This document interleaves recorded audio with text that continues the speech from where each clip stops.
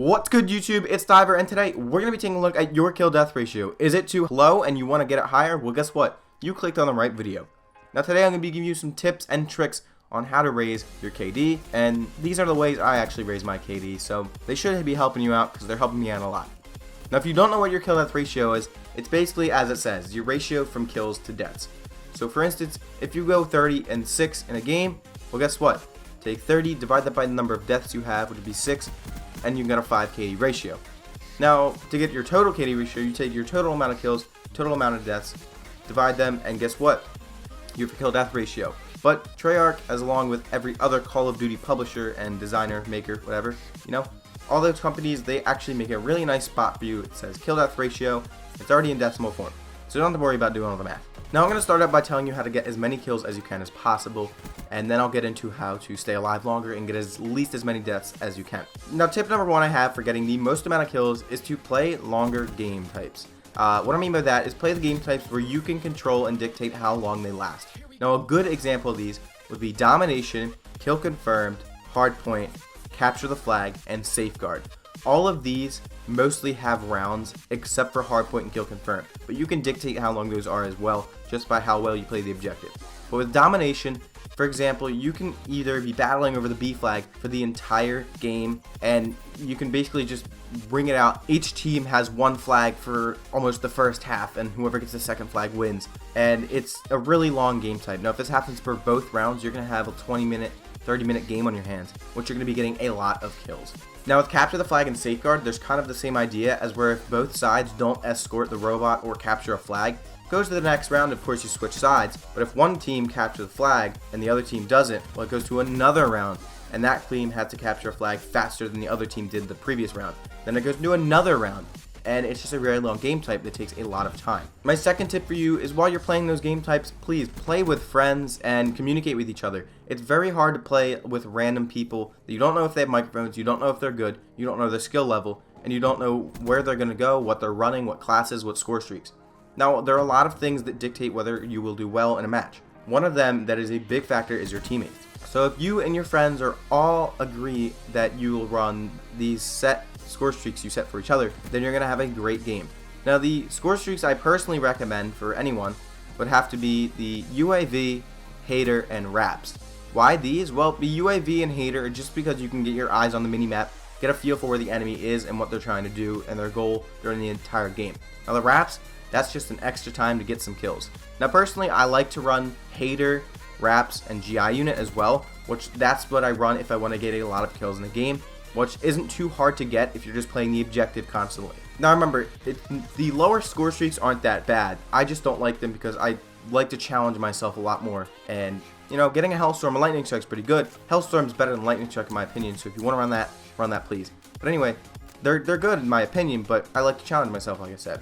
Now if you like to challenge yourself too, you can run the same thing. Remember, Hater, Raps, GI unit, and you're going to be getting a lot of kills. My third tip I have for you is when you're doing all of that, playing with friends, getting those score streaks, playing these game types, run the correct specialist. There are a lot of times where people pick one specialist and they stick with it for the entire game.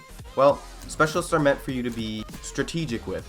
Now, like I said, when you're playing, for instance, Domination, you might want to run the Tempest or the Grav Spike or the Sparrow, something that can take out a lot of enemies within a short burst of time. Now when you're running Capture the Flag, you might want to run maybe Overdrive so you can get the flag and run it back. Specialists are meant to be, well, specialists. They're meant for you to have strategy and implement them in a game the way that they're supposed to be made. Now if you're good with a bunch of specialists and you can use them well in every single game type, and you can use them to take out enemies, get kills, get score streaks, then by all means do that. But like I said, please just think about what specialist you're running before you pick the game type and the map. And my fourth and final tip, while you're doing all the things I just mentioned, pick the correct map. Now the best map to get a bunch of kills would be Combine. Combine is such a small map that has a great lines of sight, and the spawns are very good. Now I'm not saying they're the amazing spawns, they're not the greatest in the world. No, I'm not saying that. I'm saying that those spawns are the spawns that are the most consistent in every map of Call of Duty Black Ops 3. Now if you do have Nuketown, I recommend Nuketown, but Nuketown, it has a lot of chaos going on around the entire map, which is sometimes really gets mad because, there's cars blowing up, people just spamming grenades in the air, and it gets kind of annoying. So Combine is that safe medium where you're going to get a lot of kills, and it's going to be a lot of fun. Now on to how to stay alive longer and get the least amount of deaths possible. Well, my first tip I have for you is remember, run the correct specialist. Some specialists can save your life in a lot of situations.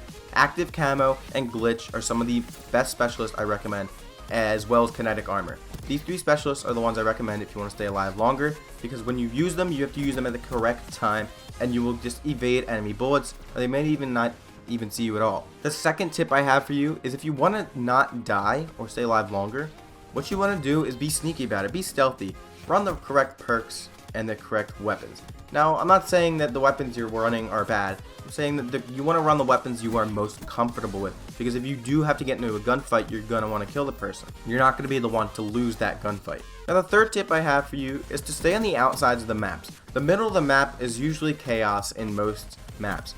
Now, Combine, like I said, it's one of those iffy maps. The wall run is constantly being watched or not being watched at all, so it's just iffy.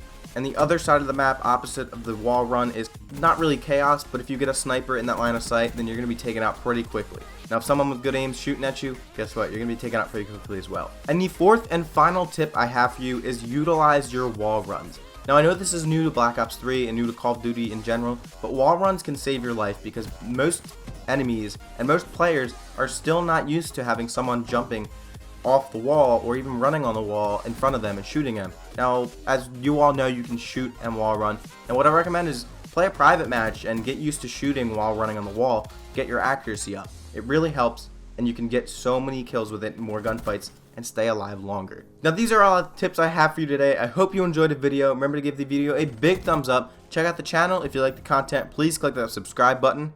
But above all else, have a nice day. Peace!